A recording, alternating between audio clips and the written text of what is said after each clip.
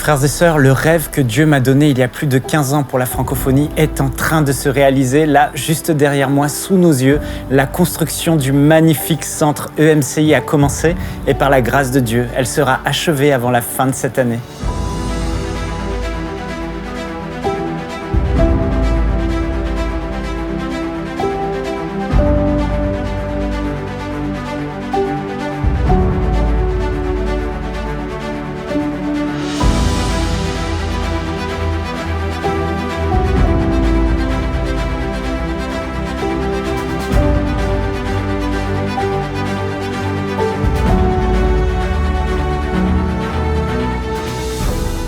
Le centre EMCI, d'une superficie de 3500 mètres carrés, est idéalement situé sur un magnifique terrain boisé de 2 hectares.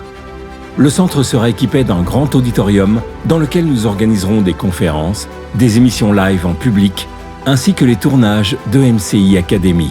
Le centre disposera également de 2 grands studios de télévision professionnels dans lesquels seront enregistrés tous nos programmes, ainsi que de nouvelles émissions. Les open space, les salles de réunion et les bureaux permettront d'accueillir de nouveaux équipiers et de travailler dans des conditions optimales. Vous savez, le gros défi que nous avons rencontré était la superficie du bâtiment. Il nous aurait fallu construire un bâtiment beaucoup plus grand pour pouvoir répondre à tous nos besoins en termes de décor. Mais le Seigneur nous a inspirés, il nous a conduits vers une technologie cinéma révolutionnaire grâce à laquelle on a pu considérablement réduire la surface du bâtiment, ce qui nous a permis de faire des économies de plusieurs millions d'euros.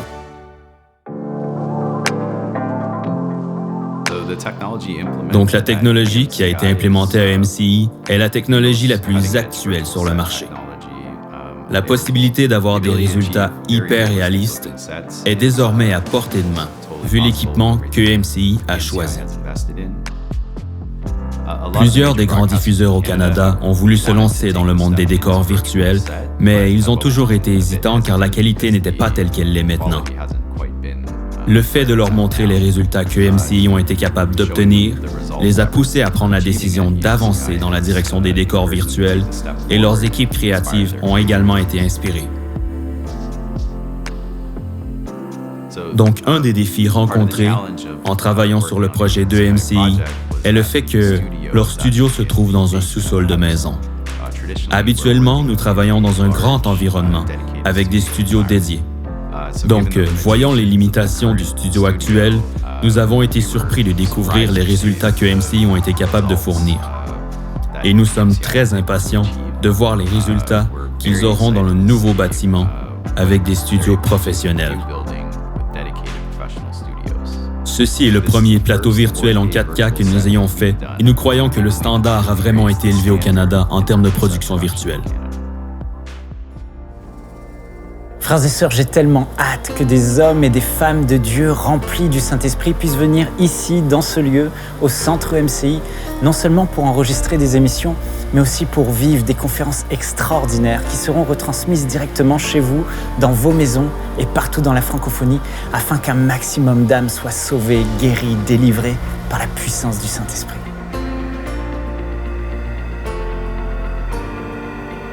À ce jour, nous avons déjà financé plus de 65% du projet, mais il nous faut encore récolter la somme de 3,5 millions d'euros, non seulement pour nous permettre d'achever la construction du centre EMCI, mais aussi de l'équiper. Frères et sœurs, aujourd'hui, EMCI a besoin que 3500 personnes, que 3500 héros se lèvent et s'engagent à faire une offrande de 1000 euros ou plus pour que cet objectif soit atteint. Je sais que plusieurs d'entre vous soutiennent déjà EMCI et je suis conscient que nous traversons actuellement des temps difficiles. Mais je reste convaincu qu'ensemble, nous allons relever ce grand défi. Merci pour votre générosité, merci pour votre cœur pour le royaume de Dieu et j'espère que dès l'année prochaine, nous aurons la joie de vous recevoir ici, au centre EMCI, pour vivre ensemble des temps forts dans la présence de Dieu, car je vous le dis, assurément la gloire de cette seconde maison sera plus grande que celle de la première. Que Dieu vous bénisse. Dès maintenant, donnons pour achever la construction et équiper le centre EMCI. Pour faire votre don, rendez-vous sur emcitv.com/3500. Vous pouvez donner en une seule fois ou en plusieurs mensualités.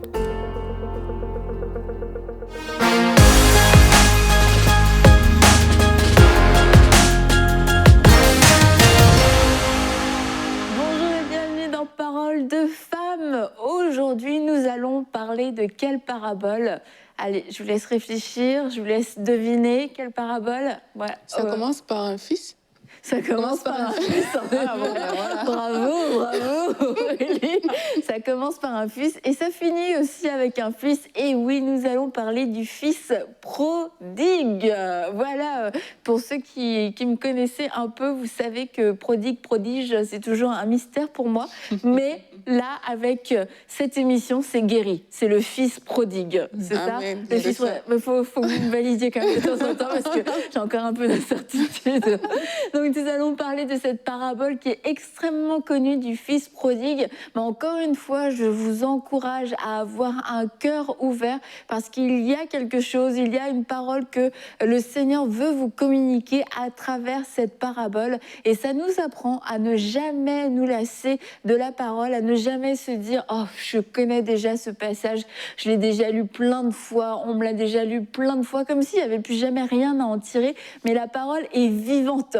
Il y a toujours quelque chose à en tirer. Il y aura toujours quelque chose. Si on a soif, on va se dire mais c'est incroyable, j'avais jamais vu ça. Et c'est aussi une occasion pour le Seigneur de nous parler et de nous rafraîchir. Alors apprenons à rester toujours émerveillés par cette parole qui est vivante, à rester émerveillés par cette parole qui produit du bon fruit en nous. Et je veux vous rappeler notre verset de la semaine. Alors notre verset de la semaine qui se situe exactement, oui, vous l'avez, dans Matthieu. Moi, je suis en total contact avec les gens, hein, les filles. C'est ce qu'on constate. Nous, on est en pleine communion. Dans Matthieu 13, au verset 34, « Alors Jésus renvoya la foule et entra dans la maison. Ses disciples s'approchèrent de lui en disant « Explique-nous la parabole. » Et nous voulons toute cette semaine faire ça. Nous ne voulons pas faire partie de la foule. Nous voulons, alors que Jésus s'en va, nous voulons le suivre et nous voulons aller vers lui dans cette intimité, dans cette communion, cette relation personnelle qu'on a avec lui. Mais écoute, la foule est partie, ils n'ont rien compris. Mais nous on est là, Jésus. Peux-tu nous expliquer cette parabole? Peux-tu nous dire ce que tu voulais dire? Parce qu'on ne veut pas rester, au plus bas niveau de la compréhension, une compréhension qui serait juste logique, une compréhension littéraire. On veut avoir la révélation de la parole de Dieu. Et les paraboles, quand même, je tiens à le dire, sont des paroles qui sont sorties de la bouche de Jésus. Et c'est rien que pour ça, ça vaut la peine de s'y arrêter. Ça vaut la peine de se dire, ce sont des paroles précieuses que Jésus a pris le temps et a jugé utile de dire lorsqu'il était sur cette terre, de partager avec la foule et d'expliquer aux disciples. Alors nous voulons les prendre au sérieux et laisser la possibilité au Saint-Esprit de nous parler. Donc on part aujourd'hui avec le Fils prodigue. Tout le monde est prête. Oui. Aurélie, je ne peux pas te faire lire, mais c'est avec grand plaisir que je t'aurais fait lire. C'est pas grave. Tu peux lire? Bah, Juste pas que tu baisses ta tête. je vais essayer. OK. Donc, c'est intitulé Perdu et retrouvé. Et on est dans Luc 15 à partir du verset 11. Donc, un homme avait 2 fils. Le plus jeune lui dit « Mon père, donne-moi ma part d'héritage, celle qui doit me revenir un jour. » Et le père fait le partage de ses biens entre ses fils. Quelques jours plus tard, le cadet vend tout ce qui est à lui et part au loin dans un pays étranger. Là, il gaspille sa fortune en menant grande vie. Quand il n'a plus aucun sou vaillant, une grande famine survient dans ce pays-là et il commence à connaître des privations. C'est dans la version parole vivante, hein, je tiens à le préciser. Alors, il va se faire embaucher par l'un des propriétaires de la contrée. Celui-ci l'envoie dans sa ferme garder les cochons. Le jeune homme aurait bien voulu apaiser sa faim avec les cosses de caroube que mangeaient les bêtes, mais personne ne lui en donnait. Alors, il fait un retour sur lui-même et se met à réfléchir à sa situation. Il se dit, tous les travailleurs agricoles de mon père peuvent manger autant qu'ils veulent, alors que moi, je suis ici à mourir de faim. Je vais me mettre en route, j'irai trouver mon père. Et je lui dirai, mon père, j'ai péché envers Dieu et envers toi. Je ne mérite plus d'être considéré comme ton fils. Accepte-moi comme l'un de tes ouvriers. Il se met donc en route pour se rendre chez son père. Comme il se trouve encore à une bonne distance de la maison, son père l'aperçoit. Il est pris d'une profonde pitié pour lui Il court à la rencontre de son enfant, se jette à son cou et l'embrasse longuement. Le fils lui dit, « Mon père, j'ai péché envers Dieu et envers toi. Je ne mérite plus d'être considéré comme ton fils. » Mais le père dit à ses serviteurs, « Allez vite chercher un habit, le meilleur que vous trouverez, et mettez-le lui. Passez-lui une bague au doigt et chaussez-le de sandales. Amenez le veau que vous avez endressé et tuez-le. Nous allons faire un grand festin et nous réjouir. Car voici pour moi, mon fils était mort, et voilà qu'il est revenu à la vie. Il était perdu, et voici, je l'ai retrouvé. » Et ils commencèrent à se réjouir et à festoyer. C'est vraiment toujours une belle histoire. Ouais. Et il y a tellement de leçons à tirer de cette parabole. Toi, Laure, as-tu été la fille prodigue? Ben oui, quand même. Et oui, avant de marcher avec Dieu, moi aussi. Non, c'est vrai que c'est ça. J'en ai fait qu'à ma tête, quoi. J'étais livrée à moi-même.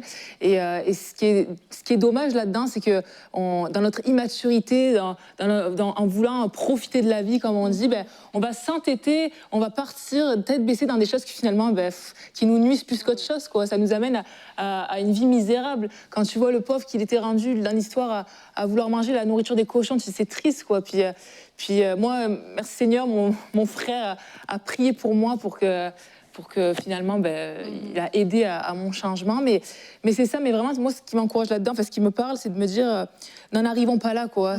Demandons à Dieu vraiment de nous donner toute la sagesse dans notre vie, l'intelligence.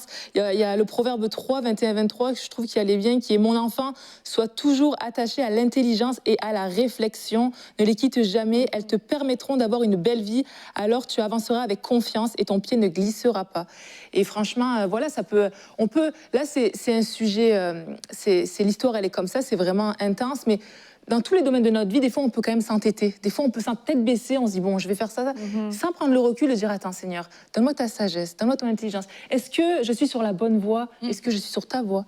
Et voilà, juste de nous remettre en question, puis prendre du recul dans tout ce qu'on a, là où on veut aller, quoi. Et par rapport à cette histoire, je sais pas, mais j'ai vraiment à cœur de parler aux jeunes.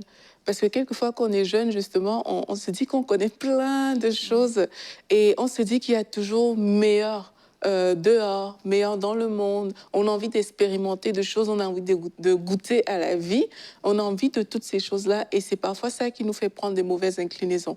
Mais j'ai envie de dire à un jeune qui nous écoute que dans le Seigneur, tu peux goûter aussi à la vie dans le sens dans lequel tu l'entends. Parce que dans cette histoire, c'est ça, c'est quelqu'un qui a voulu juste aller découvrir de nouvelles choses, en fait, et qui s'est retrouvé en train d'être complètement égaré et de mener, au final, la vie qu'il n'avait pas voulu mener. Au début, ça semble bien. Ça semble agréable, ça semble attrayant. Comme lui, c'était bien de dépenser tout ce qu'il avait. Il avait certainement beaucoup d'amis alors qu'il était en train de faire ça. Mais à un moment dans sa vie, il a réalisé en fait que ça ne servait à rien. Et on n'a pas besoin d'attendre de manger la nourriture des cochons pour réaliser que ça ne sert à rien en fait. Là où on est aujourd'hui, on peut déjà prendre les bonnes décisions pour dire mais moi je veux pas que mon histoire s'écrive comme ça. Aujourd'hui, je veux déjà prendre le chemin de mon père. Je veux rester avec mon père. Et avec mon père, il y a des choses que je vais pouvoir vivre. Je vais pouvoir découvrir la vie comme mon père va me le montrer, en fait. Pas comme le monde, pas comme les attraits du monde me le montrent, mais avec la lumière que mon père va me donner et choisir de demeurer à la maison. Trop de gens se perdent parce qu'ils veulent s'ouvrir au monde. C'est bien de vouloir s'ouvrir à des choses, mais il y a un cadre dans lequel le Seigneur a prévu qu'on soit vraiment ouvert, mais dans ce cadre-là, et non dans le cadre du monde. Et en fait, dans cette parabole, on voit trois personnages, il y a trois acteurs principaux. Et le pasteur Donato, quand il parle de cette parabole, on dit tout le temps c'est la parabole du fils prodigue, et nous on l'appelait comme ça aujourd'hui, comme tout le monde. Mais il dit, mais en fait, c'est l'histoire d'un père. Parce que c'est vrai que l'histoire commence en disant, il y a un homme qui avait deux fils. fils. Et c'est l'histoire, c'est sûr, avant tout d'un père. Un père, comment il se comporte avec ses fils, qu'est-ce qu'il avait à offrir avec ses fils, comment est-ce qu'il a accueilli un fils qui est parti, un fils qui l'a déshonoré, qui lui a fait un mauvais coup finalement, comment est-ce qu'il se comporte aussi avec un fils qui était dans sa maison. Et ça nous montre, c'est sûr, l'image du Père, de Dieu qui est bon, de Dieu qui est juste, de Dieu qui accueille celui qui était perdu, et en même temps qui rappelle à celui qui n'était pas perdu, mais tout est à toi, tout est à toi, tout dans cette maison était pour toi. Mais c'est important qu'on se réjouisse pour ton frère parce qu'il était perdu, parce qu'il était mort, il est revenu à la vie. Et de toujours se rappeler, il y a tellement de choses à dire, mais ça c'est un point aussi de s'assurer qu'on va toujours se réjouir lorsque quelqu'un va venir au Seigneur ou revenir au Seigneur, que ça reste une joie dans notre cœur, parce que c'est une joie pour le ciel. Et on voit les autres paraboles d'avant, les autres histoires d'avant, ça va être avec la brebis perdue, la pièce d'argent, le fait de se dire, pour une brebis, on va aller la chercher. Une pièce d'argent qui a été perdue, c'est celle qu'on va chercher. Et quand on va la retrouver, on va être tellement heureux. Et c'est de nous-mêmes de garder cette joie. Ouais, c'est ça, cette joie du salut pour les autres, de jamais devenir aigri par rapport à ça ou de négliger ça. Le père, quand il voit son fils, c'est une fête, c'est extraordinaire, c'est merveilleux. C'est sûr qu'il se réjouit pour son fils qui est resté, mais il le voit et c'est une source de bénédiction continuelle sous ses yeux. Mais celui qui était perdu, celui qui était mort, celui qu'il allait peut-être ne jamais revoir, finalement on revient.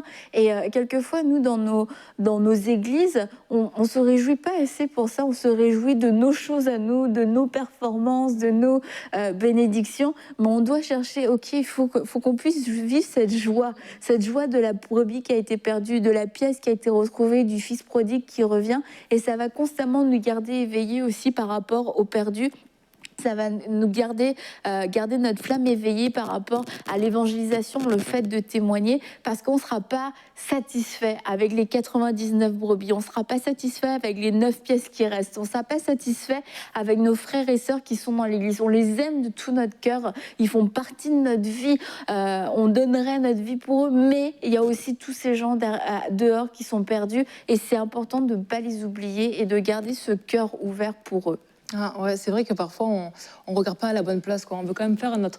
C'est fait quand je vois l'attitude du frère. Après, c'est un peu faire sa propre justice, qui est pas vraiment. Mais comment ça, il est célébré comme ça. Lui, il est parti. Moi, je suis restée, tout ça. Mais effectivement, le père dit, mais toi, t'avais déjà tout. T'avais déjà tout ce que j'ai, c'était à toi. Donc, et vraiment, vraiment, comme tu disais, avoir notre vision sur les cieux, quoi, sur le ciel, sur se réjouir que les gens, ne nous trompons pas de combat, quoi. C'est pas et moi, pourquoi moi. Et finalement, c'est ça quand on regarde qui peut nous faire nous dévier du chemin ou nous faire pécher, c'est quand on est centré sur nous-mêmes. Parce que lui, il disait c'est injuste. Puis après aussi, son frère, donc celui qui est parti, il pensait à assouvir finalement ses plaisirs de la chair. Il voulait juste vivre sa vie, quoi. Mais finalement, tu réalises que lorsque tu es centré sur toi, c'est là où tu vas pas accomplir la volonté de Dieu, puis pas avoir la pensée de Dieu. Et comme tu l'as dit, toujours rester, avoir le regard sur l'autre, en fait, et se dire, le plus important, c'est que la personne marche avec Dieu, c'est son cheminement, c'est qu'il soit, qu'il fasse partie de la maison de Dieu, et ça devrait être notre seul intérêt, en fait. Et c'est vrai que des fois, on se perd justement avec nos justices, c'est pas juste, nos comparaisons aussi. Ça nous amène finalement à aller sur des choses qui sont pas de Dieu, quoi. En parlant aussi de l'attitude du frère, là, cette phrase qui dit ça fait tant d'années que je travaille pour toi comme un esclave, jamais je n'ai désobéi à tes ordres. Avec ça, pas une seule fois, tu ne m'as donné un chevreau pour festoyer avec mes amis. Mais quand celui-là revient, ton fils qui a mangé ta fortune avec des filles de joie, pour lui, tu le vaudras. Et il y a une attitude qu'on peut avoir même en étant enfant de Dieu, qui est une attitude où on sert Dieu, on est là dans l'église, on nous voit, on est présent, mais on ne reste qu'un esclave. On n'est pas fils. on ne prend pas cette relation avec Dieu dans laquelle vraiment il est notre papa. On sait que, je ne sais pas moi, quand je parlais à mon père, les biens de mon père, je ne sais pas comment vous expliquer ça. Une révélation. Toi, tu as une révélation que ça t'appartenait. Donc, on sait que ce qui est à lui, c'est vraiment à moi. Donc, quand je retourne, je ne sais pas, au Cameroun, chez nous, je ne me pose pas 10 000 questions. Les personnes qui travaillent chez nous, mais elles commencent à travailler pour moi parce que je suis la fille de mon père. Parce que dans la relation que j'ai avec lui, c'est normal, tu vois. Et avec Dieu, il y a aussi un type de relation qui est normal qu'on ait avec Dieu en tant qu'enfant de Dieu. Et c'est une relation dans laquelle ce qui est au Père est à nous. La joie du Père est la nôtre, en fait. L'héritage, tout ce qui est au Père est à nous. Et on doit pouvoir vraiment vivre cette relation. Pas une relation où on est toujours, oui, je suis en train de servir, oui, à l'église, j'ai fait ci, j'ai fait ça, mais dans ma vie, pourquoi je ne vois pas ici, pourquoi je ne vois pas ça? Et il y a une relation qu'on a appelée à vivre avec Dieu qui fait que dans sa présence, on est bien, on se sert, on est vraiment... J'encourage pas les gens à chercher juste la main de Dieu, mais j'encourage vraiment à une relation avec Dieu où Dieu peut nous parler, on lui répond. Ça peut que ça devienne plus vrai, en tout cas, pour les gens qui nous écoutent, que ça ne reste pas juste, que la relation avec Dieu ne se limite pas au service à l'église, faire 2, 3 trucs spirituels, mais qu'il y ait une vraie relation, que ce soit vraiment quelque chose de tangible, quelque chose qui amène la joie dans le cœur, quelque chose où tu regardes Dieu, tu vois comment Dieu te regarde, tu es content, tu peux lui parler, que mais vraiment, Seigneur, ça fait tellement du bien de t'avoir dans ma vie, en fait, parce qu'on peut échanger, on peut faire différentes choses.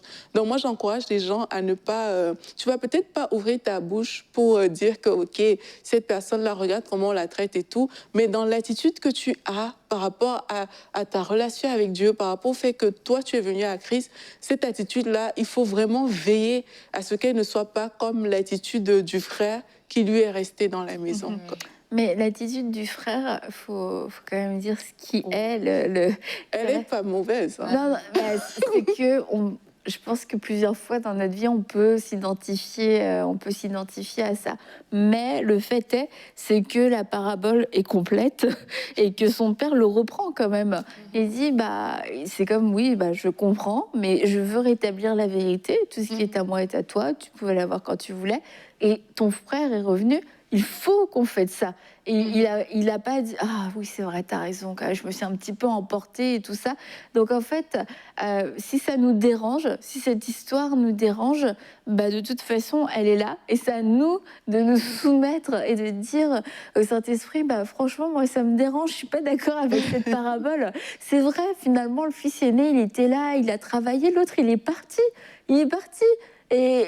Et pourquoi est-ce qu'on va faire la fête pour lui? Et tu vois, on peut vivre, on peut ressentir ce sentiment d'injustice, mais c'est parce que quelquefois ça nous ramène à nos propres histoires. Mais c'est l'occasion de dire au Saint-Esprit, viens traiter ces choses-là, parce que je veux avoir de la joie quand je lis l'histoire du fils prodigue. C'est que je veux ressentir la joie du Père. Je ne veux plus ressentir l'aigreur du frère, complètement m'identifier à lui, mais je veux ressentir la joie du Père, avoir le cœur à la bonne place et avoir les sentiments du Père plutôt que les sentiments du Fils, parce que c'est la bonne chose, c'est la meilleure des attitudes. Et tu vois un père qui accepte de donner l'héritage à un fils qui sait qu'il va en faire mauvais usage. Mais tu vois un père qui est là, qui veille par rapport au retour de son fils, il l'a vu de loin. Donc c'est que quelque part, il était là, il scrute, tu vois, et si peut-être qu'aujourd'hui, il va revenir. Et bon, après, tu peux un peu romancer l'histoire, mais tu es au courant que dans la région, il y a eu une famine, etc. Donc tu t'inquiètes, tu te dis, mais mince, mon fils, qu'est-ce qu'il est devenu? Est-ce qu'il s'en sort? Est-ce qu'il va revenir? J'espère qu'il aura le courage de revenir à la maison, parce qu'il est parti, peut-être qu'il n'osera pas revenir, mais moi, je suis prêt à l'accueillir. Et le fils revient, et là, c'est une joie énorme. Le père court à sa rencontre pour l'accueillir et non pas pour lui faire des reproches, non pas pour lui dire tu vois, je t'avais dit, et se dire je veux avoir le cœur du Père, je veux vraiment avoir le cœur du Père. Trop longtemps j'ai eu le cœur du frère, et aujourd'hui Saint-Esprit, je me soumets à toi, alors que je lis cette parabole, encore une fois, j'entends cette parabole et je sens ce petit cric à l'intérieur de moi, ce sentiment d'injustice. Soumettez-vous docilement à la parole de Dieu aujourd'hui parce que c'est l'occasion pour vous d'être guéris. C'est l'occasion pour vous d'être guéris de tous les sentiments d'injustice que vous avez pu vivre, peut-être dans votre famille, s'il y a eu des situations de favoritisme où votre père célébrait toujours plus les autres, vous vous êtes senti toujours le plus délaissé, la moins aimée, la moins reconnue dans votre famille. Je crois qu'aujourd'hui, c'est un temps de guérison pour vous, pour que vous puissiez expérimenter l'amour de Dieu, que vous puissiez être libéré de cette aigreur et qu'à partir d'aujourd'hui, vous ayez le cœur du Père, que vous puissiez voir votre famille avec un œil nouveau, que vous puissiez accueillir vos frères et vos sœurs qui vous ont peut-être fait du tort. Je parle vraiment d'une famille de sang qui vous ont peut-être fait du tort, qui ont été injustes avec vous, mais que vous puissiez les accueillir comme le Père dans cette parabole a pu accueillir son fils qui s'est éloigné mais qui revient. Amen. Ouais. Non, mais c'est vrai, c'est fou quand tu penses. Tu sais, on peut voir l'histoire en se disant, ben, le père, il n'était pas obligé de donner son héritage. Tu sais, il aurait pu dire, mais non, enfin, essayer en tant que papa qui aime son enfant, dire, mais non, ne pars pas, ça va être dangereux. Qu'est-ce que, enfin, je sais pas, essayer de le convaincre qu'il faisait peut-être pas la bonne affaire, mais non, il a décidé de dire, ben non, je vais lui donner. Puis il a laissé faire son fils. J'arrive plus à parler aujourd'hui. Il a laissé son fils faire sa propre expérience. Puis des fois, ben, on en a déjà parlé en début de semaine, mais c'est un peu comme ça qu'on est aussi. On veut tellement protéger l'autre qu'on essaie de le convaincre, en fait. On essaie de lui dire, ne fais pas ci, ne fais pas ça. Puis en fait, on devient comme limite contrôlant parce que mais on veut pas faire ça d'un mauvais cœur. C'est juste qu'on aime la personne. Mais des fois, c'est juste laisser personne faire son expérience et prier, quoi. Comme moi, je l'ai dit tout à l'heure, mon frère, moi, au début, il essayait de me raisonner et tout. Puis après un bout, il s'est dit, mais non, mais je vois bien que ça sert à rien. En plus, plus il me parlait, plus je l'évitais. Tu sais, moi, j'essayais de pas le croiser dans la maison. Je voulais pas. Mais finalement, il s'est dit, je vais prier pour ma sœur. Puis ça a peut-être pris des mois, des années, mais le fruit en est là. Puis je sais qu'aujourd'hui, si je marche avec Dieu, c'est entre autres parce qu'il a prié pour moi, quoi. Et soyons comme ça vraiment dans nos familles, avec nos amis ou autres, avec les gens. Ne soyons pas dans le contrôle. Ne fais pas ci, ne fais pas ça. Des fois, laisse la personne faire son expérience. Des fois, malheureusement, elle va manger une claque, mais pas littéralement, mais en tout cas d'expérience. Ouais. Et c'est ça qui va faire que, voilà, c'est triste, mais des fois, voilà, prions pour les gens, quoi. Ouais, c'est tellement important ce que tu dis. Il y a un pasteur qui, en parlant du fils prodigue, avait dit une fois que quand tu demandes ton héritage, ça veut dire que c'est comme ton père est mort à tes yeux parce que l'héritage, tu le donnes, on le donne à ta mort, en fait. Donc, tu vois à quel point le père aurait pu se sentir vraiment blessé, du style, il ne me considère tellement plus. Pour lui, je suis plus là, en fait, parce qu'on réclame l'héritage vraiment à la mort. Et là, tu te dis, vraiment, dans certains cas, tu as parlé des familles, la blessure peut être vraiment trop grande. La blessure peut être énorme. C'est comme si la personne t'a tué, quoi. Elle t'a vraiment considéré comme morte à ses yeux. Mais j'ai envie de dire aux gens, comme tu as dit, Annabelle, qu'on développe vraiment ce cœur du Père. Ça fait mal, c'est vrai. En tant qu'humain, on peut se le dire. Mais je pense qu'il y a une grâce, en fait, quand on veut marcher comme Dieu dans le texte ici. Il y a une grâce qui vient sur chacun pour permettre que les choses soient faciles. Quand on regarde à certaines histoires, sachez qu'il y a un travail que le Seigneur est en train de faire pour chaque personne. Dans le cas du Fils, il y a un travail que le Seigneur a fait. Puis, il a suivi son chemin, il s'est retrouvé au niveau avec les cochons et tout ça. C'est un travail que le Seigneur était en train de faire à son niveau jusqu'à ce qu'il prenne conscience qu'ils doivent rentrer à la maison. Et le Père, donc là, dans la parabole, bon, le Père représente Dieu, c'est qu'il y a... il a déjà bon cœur, quoi. Mais humainement, il y a aussi un travail que le Seigneur va faire comme ça dans notre cœur, qui nous pousse à accueillir cette personne malgré la douleur, en fait. Mais il faut qu'on laisse Dieu faire ce travail-là. Il ne faut pas qu'on se ferme. Il faut vraiment qu'on le laisse entrer à l'intérieur. Il y a peut-être des blessures que vous portez là où vous êtes, mais il va falloir laisser Dieu rentrer pour arracher cette chose-là. Votre enfant vous a peut-être blessé au plus haut point. Un frère, une sœur de sang, comme Annabelle disait, vous a peut-être touché, mais au plus profond de vous-même. Mais c'est le temps aujourd'hui de laisser Dieu venir vraiment enlever cette douleur à l'intérieur de vous.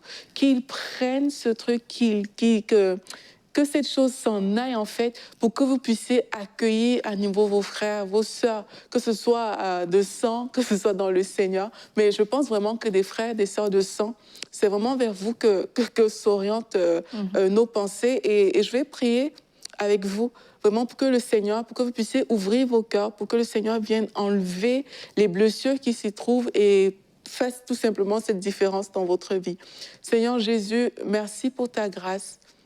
Merci pour ta parole que tu relâches au travers de ces émissions. Seigneur, je prie maintenant que vraiment tu vas trouver le cœur de ma sœur actuellement, qui est là en train de te dire, Seigneur, donne-moi la force, le courage, Seigneur, de braver cette situation. Là où, Seigneur, elle a été blessée au plus haut point. Peut-être qu'elle a été blessée par son mari.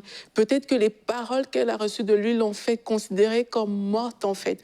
Père, je prie afin qu'aujourd'hui, tu rentres au plus profond d'elle et que ses racines soient arrachées au nom de Jésus-Christ. Que les racines du mal qui ont été semées en vous soient arrachées par la puissance du Saint-Esprit. Que vos cœurs s'ouvrent à Dieu maintenant pour qu'il puisse faire ce travail de fond à l'intérieur de vous. J'appelle la joie de Dieu dans votre cœur. J'appelle la grâce de Dieu dans votre cœur. J'appelle l'amour de Dieu dans votre cœur. J'appelle la paix de Dieu dans votre cœur. Là où hier vous étiez aigri, là où hier vraiment ça n'allait pas fort, là où hier vous sentiez encore le poids de cette blessure qui vous a été infligée, au nom de Jésus, je déclare aujourd'hui que l'aiguillon, ce poids est arraché au nom puissant de Jésus-Christ. J'appelle la victoire dans vos émotions, la paix dans vos émotions. Et là où c'était Dieu, là il y avait eu un éloignement, j'appelle le rapprochement dans le nom puissant de Jésus-Christ. Amen. Amen. Merci, merci beaucoup Aurélie. Et je crois que, comme on en a parlé hier, la maison bâtie sur le roc, c'est la mise en pratique de la parole. Alors si le Saint-Esprit vous a communiqué des actions précises à faire, passez un coup de fil, envoyez une lettre, allez voir quelqu'un, faites-le parce que c'est le temps de la réconciliation, c'est le temps du pardon, c'est le temps de mettre aussi les choses à plat, de pouvoir régler les choses.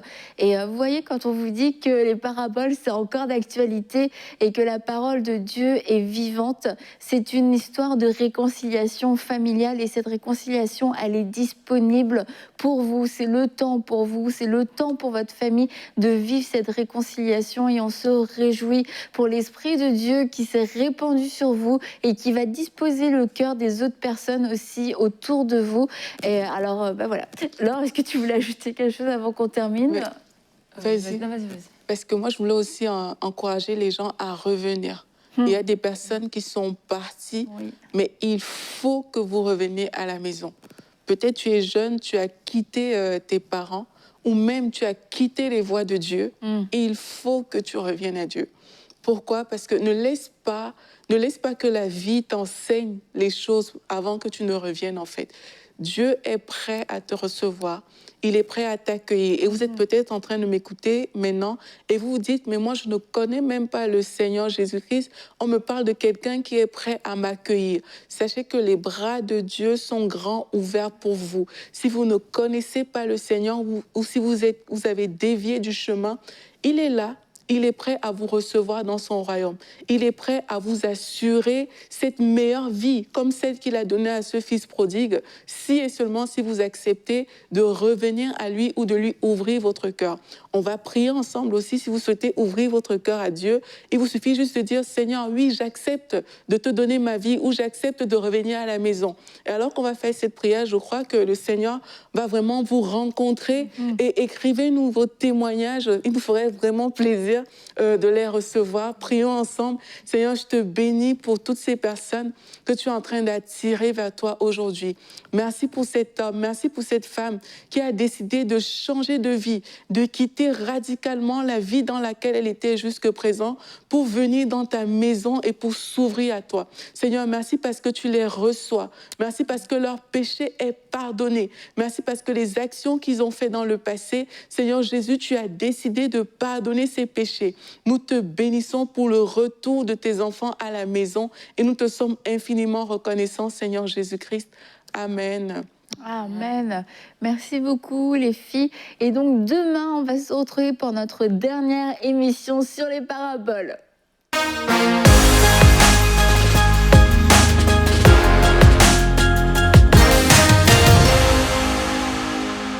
Dès maintenant, donnons pour achever la construction et équiper le centre EMCI.